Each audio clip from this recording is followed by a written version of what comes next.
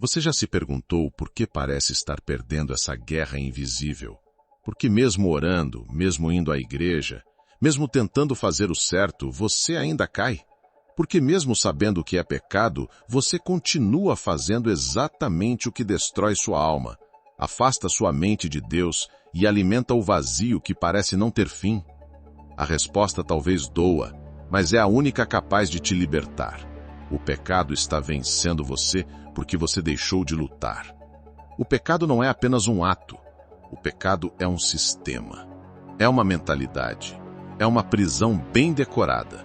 O pecado sabe como disfarçar-se de prazer, como vestir-se de justificativa, como esconder-se atrás da desculpa de que todo mundo erra, ninguém é perfeito, Deus entende.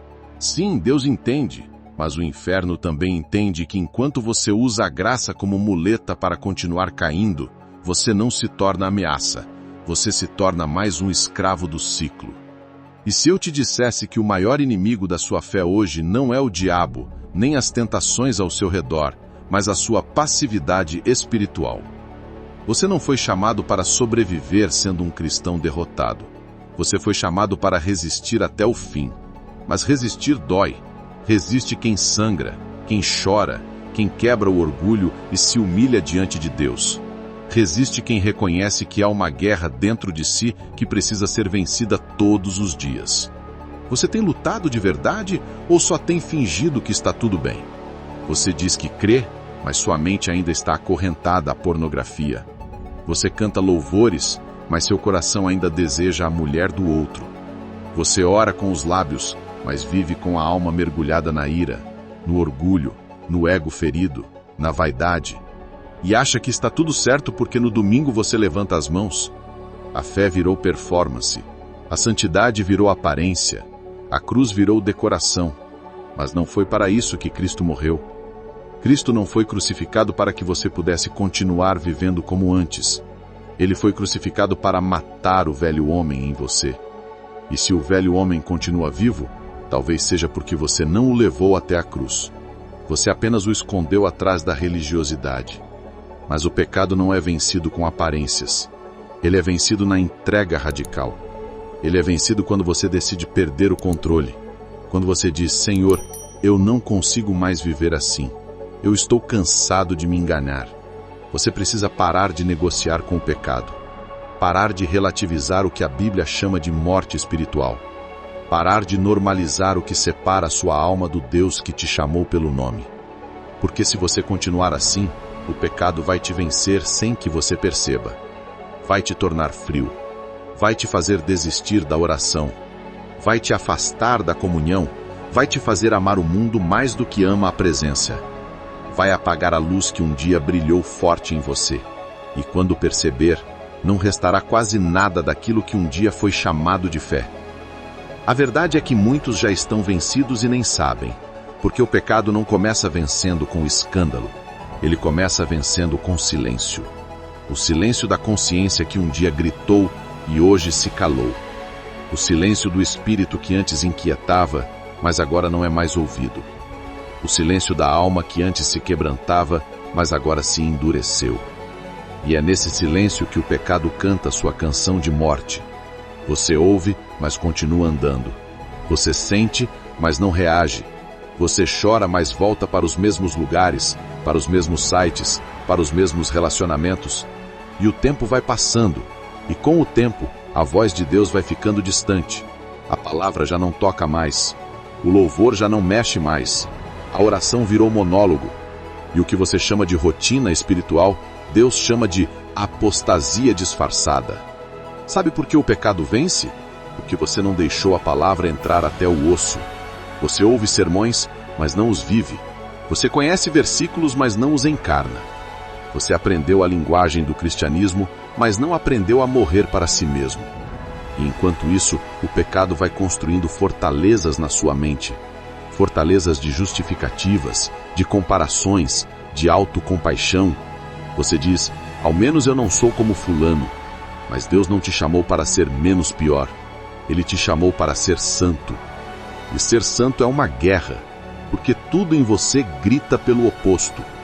A carne grita, os desejos gritam, A sociedade grita, mas Deus sussurra. E se você não calar as vozes que te rodeiam, você nunca vai ouvir o sussurro que salva. Pare de se comparar. Pare de buscar desculpas. Pare de mascarar sua queda com a maquiagem da religiosidade. É hora de confrontar a si mesmo. É hora de olhar no espelho da palavra e dizer: eu preciso mudar. Não superficialmente, não emocionalmente, mas espiritualmente. Porque o tempo está acabando.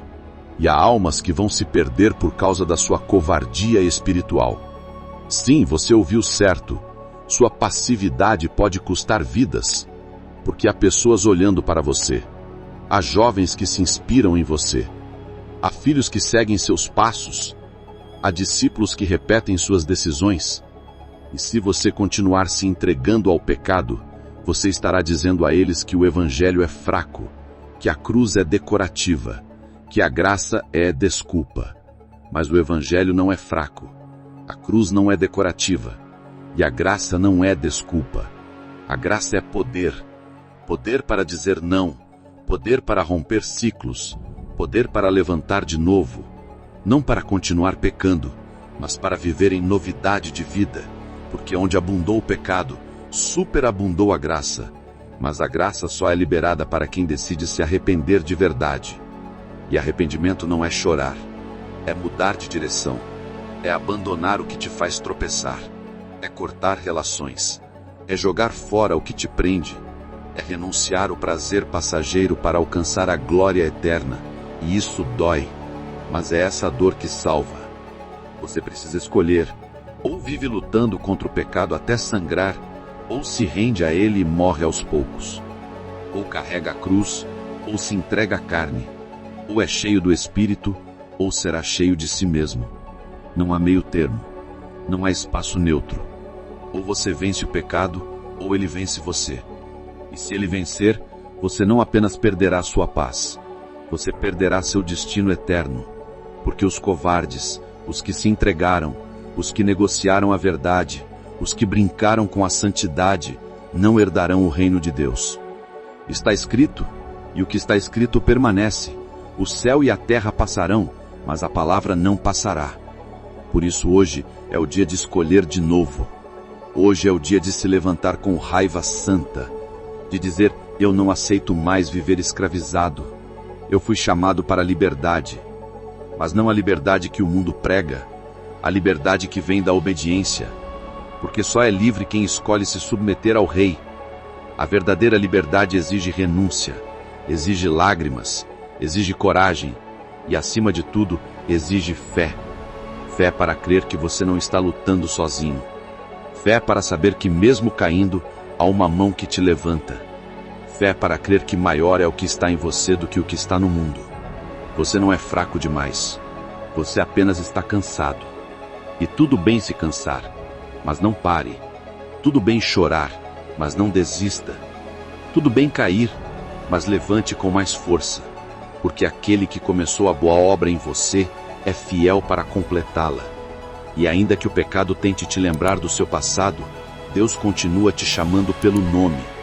Ele ainda acredita em você, Ele ainda tem planos, Ele ainda quer te usar. Mas não dá para ser usado por Deus se você está sendo usado pelo pecado. Deus não compartilha trono. Ou Ele reina, ou o pecado reina. Escolha hoje a quem você vai servir. Não importa quantas vezes você caiu, o que importa é se hoje você vai decidir se levantar de verdade. Não para continuar do mesmo jeito, mas para viver como alguém que entendeu o preço da cruz, o sangue que foi derramado, a dor que foi sentida, a graça que foi liberada. Isso não pode ser em vão. Então pare de fugir, pare de esconder, pare de adiar. Deus está te chamando agora. E se você está lendo isso, não é por acaso, é porque o Espírito está batendo na porta do seu coração. Deixe Ele entrar. Deixe Ele quebrar as cadeias. Deixe Ele restaurar sua identidade. Porque o pecado só vence quem esquece quem é. Mas quem se lembra que é filho, não se prostra diante do inimigo. Você é filho, escolhido, separado, redimido, chamado para andar em santidade. E sim, isso exige guerra. mas é uma guerra que já tem vitória declarada. A vitória que Cristo conquistou na cruz. Então tome sua cruz, negue-se a si mesmo e siga, porque é uma geração esperando pelo seu sim, há promessas esperando pela sua fidelidade, há milagres esperando pela sua entrega. Não viva aquém do propósito por causa do prazer do pecado. Ele é doce na boca, mas amargo na alma. Ele parece caminho, mas leva à morte. Mas Jesus é o caminho, a verdade, a vida. E Ele está pronto para recomeçar com você. A pergunta é: você está pronto para recomeçar com Ele?